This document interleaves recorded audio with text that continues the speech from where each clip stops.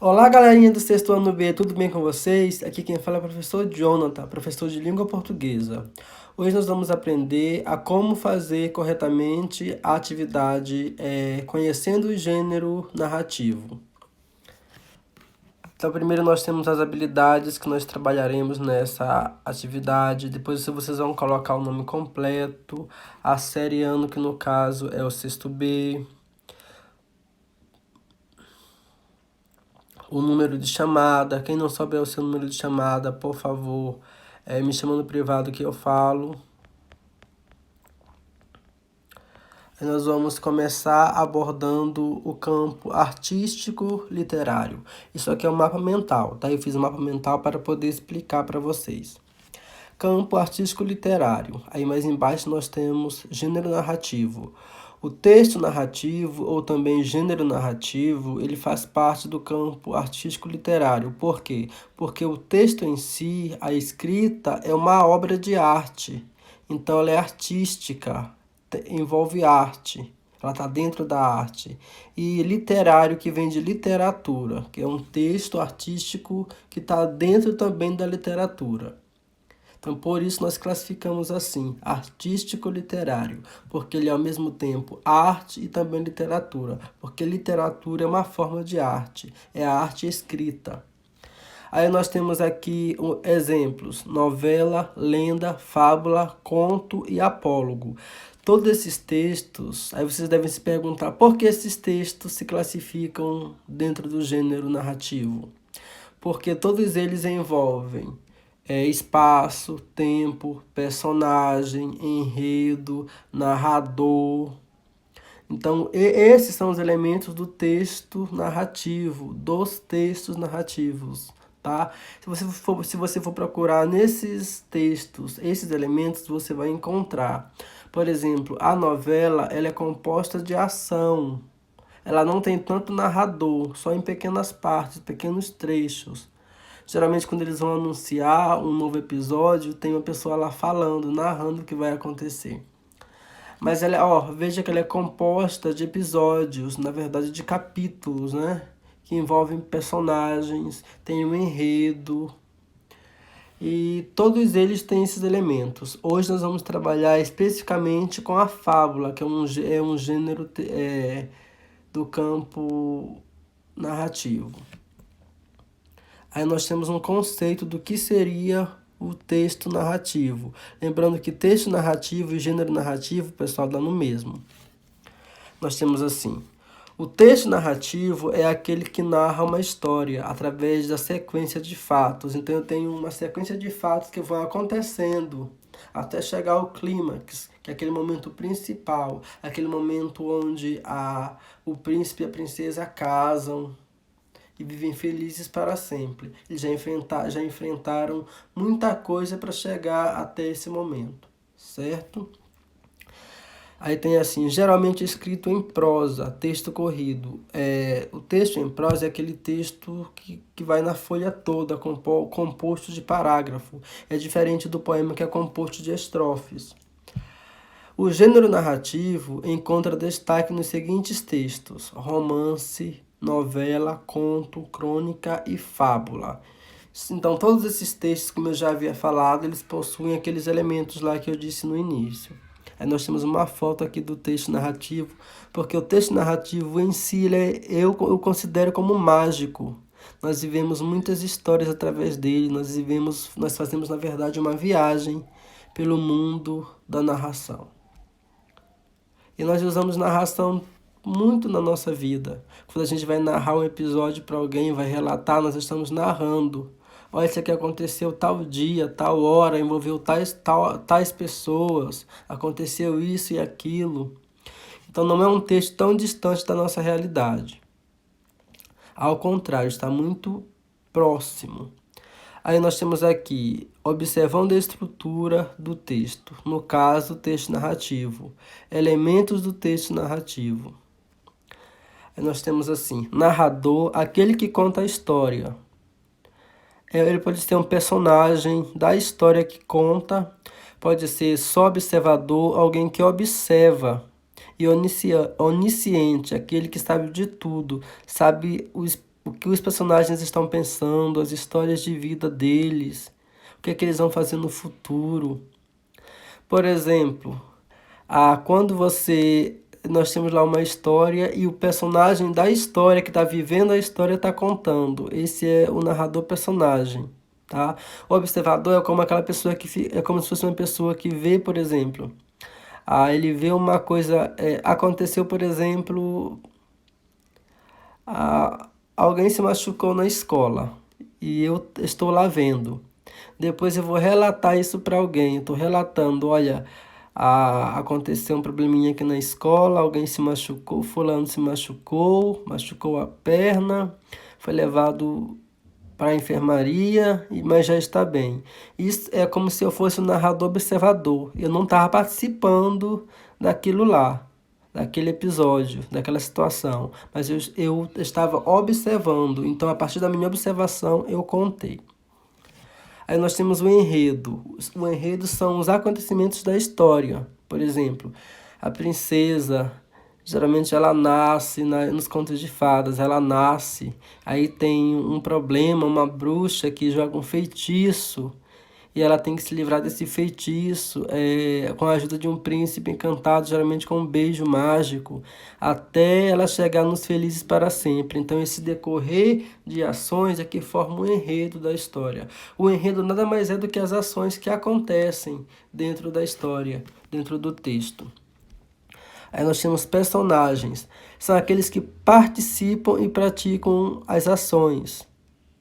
Eles podem ser principais e secundários. Então, quando você vê lá num texto, tem lá o personagem que ele pratica, ele vence o vilão, ele casa com a princesa e vivem felizes para sempre.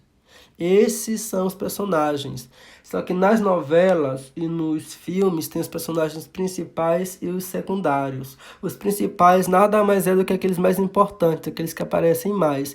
E os secundários são aqueles que aparecem menos, que praticam menos ações e fazem menos coisas.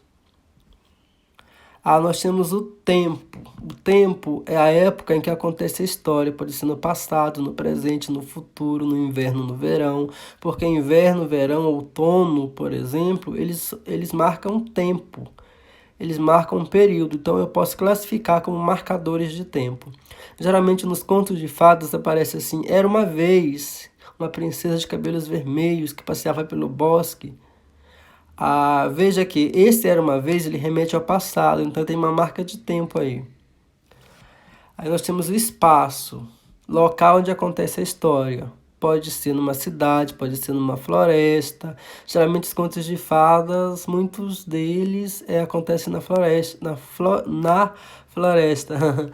Como, por exemplo, o conto da Chapeuzinho Vermelho, da Branca de Neve acontece no castelo, né, num reino, e assim por diante. Então, lembrando aí que o local é onde acontece a história.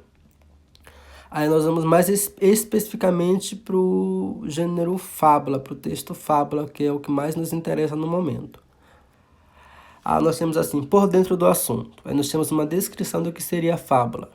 Fábula é um gênero do tipo narrativo, muito popular e apreciado por pessoas de diferentes idades. Então não é só para criança, gente. A fábula, ela foi utilizada muito através da história por diversas pessoas, de diversas idades, diversas classes sociais.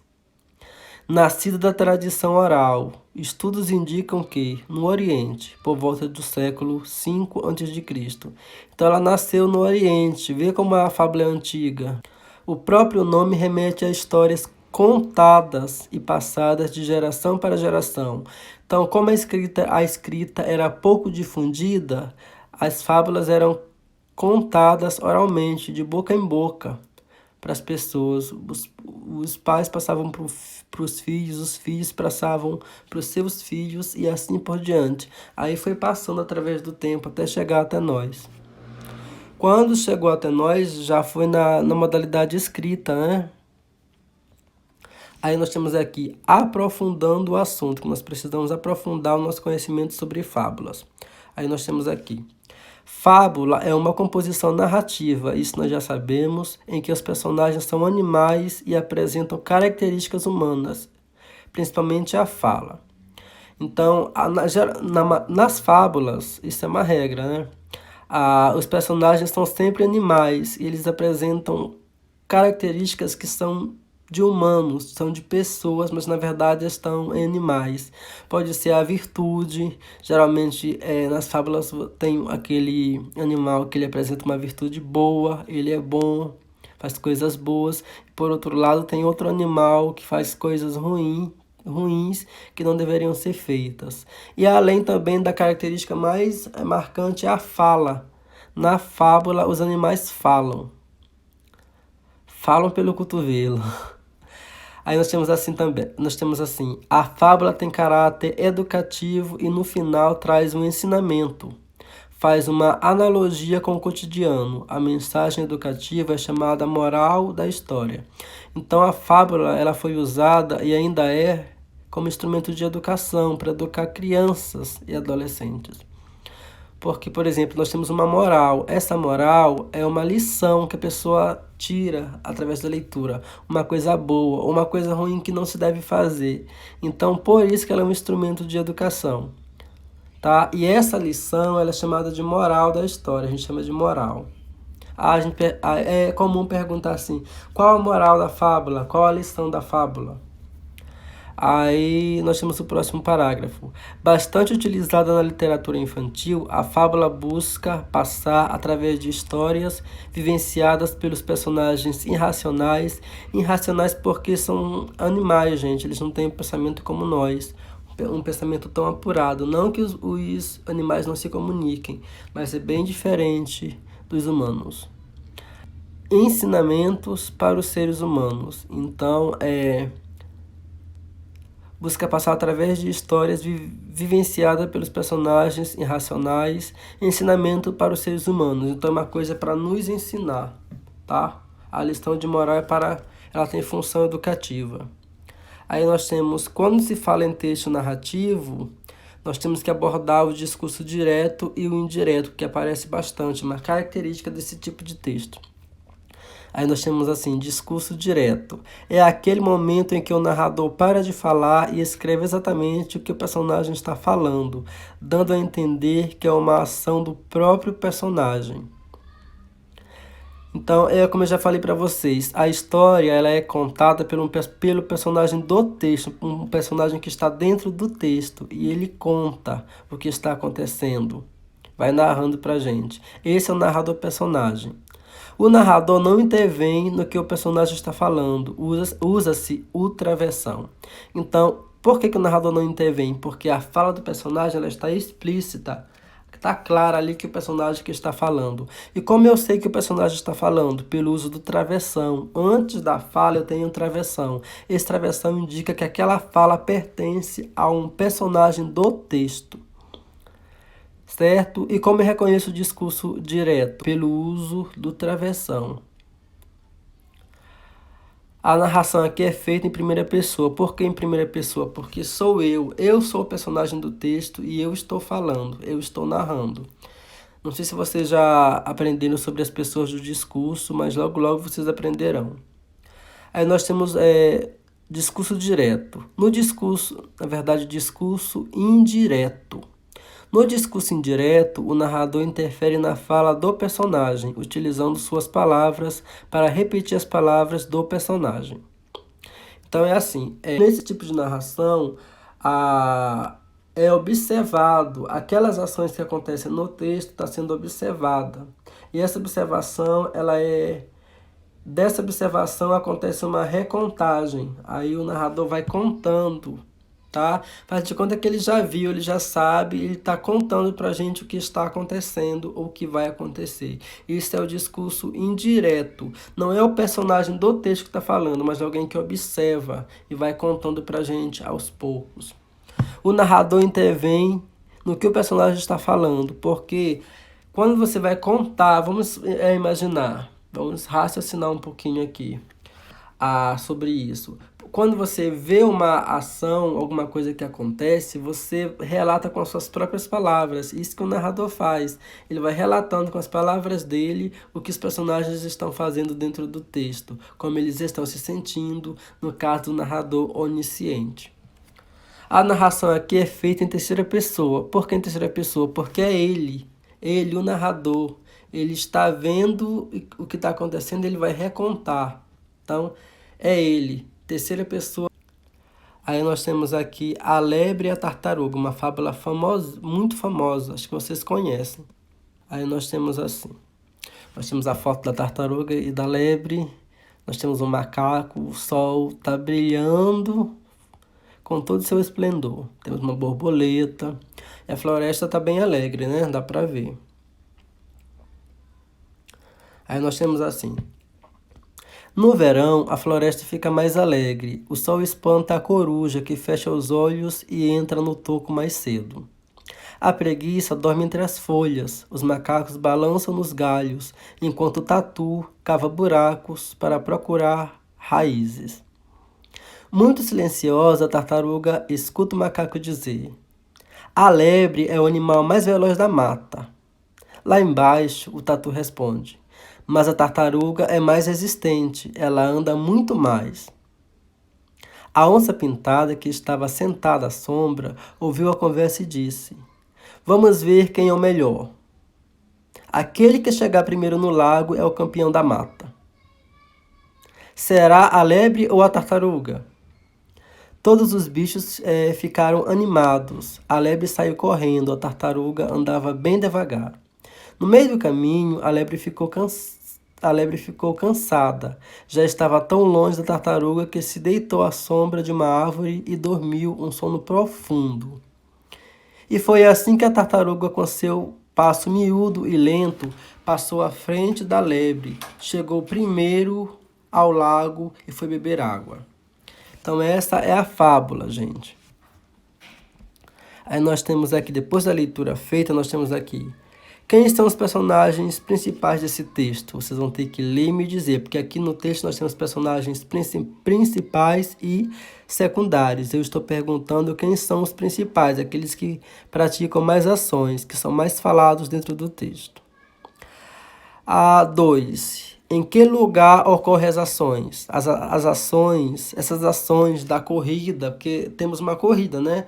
Isso tudo acontece onde? No lago, na floresta, no céu ou na cidade? Vocês vão colocar aí de acordo com o entendimento de vocês. 3. O enredo, que são as ações. As ações se passa em que tempo? Então, o enredo se passa em que tempo? Como podemos saber? Será que foi no verão, foi no passado, foi no futuro ou foi no inverno? 4. Em qual parte do texto é possível verificar o uso do discurso direto? Então, onde eu posso saber, como é que eu posso encontrar, onde eu encontro o discurso direto nesse texto? Vocês vão ter que colocar para mim. 5. Em qual parte do texto é possível verificar o uso do discurso indireto? Como é que eu posso verificar? Onde eu encontro? Coloquem aí para mim. Em qual parte do texto vocês encontram? Ou encontraram? 6. Qual a moral, que no caso é a lição, que é passada através desta fábula? Qual é, gente? Eu quero saber de vocês. Qual é a lição de moral passada aí? Vocês observaram que a lebre ela estava muito orgulhosa de si. E ela achava que por ela ser tão rápida, ela ganharia a corrida facilmente, por isso ela dormiu. E não foi exatamente o que aconteceu. Por ela se achar tão veloz, ela acabou dando sopa, dormindo, e a tartaruga passou na frente dela e chegou primeiro ao lago. Na verdade, já contei até a moral para vocês. Então é isso. Até o próximo vídeo, até a próxima atividade. Desejo que vocês fiquem bem e até a próxima. Tchau!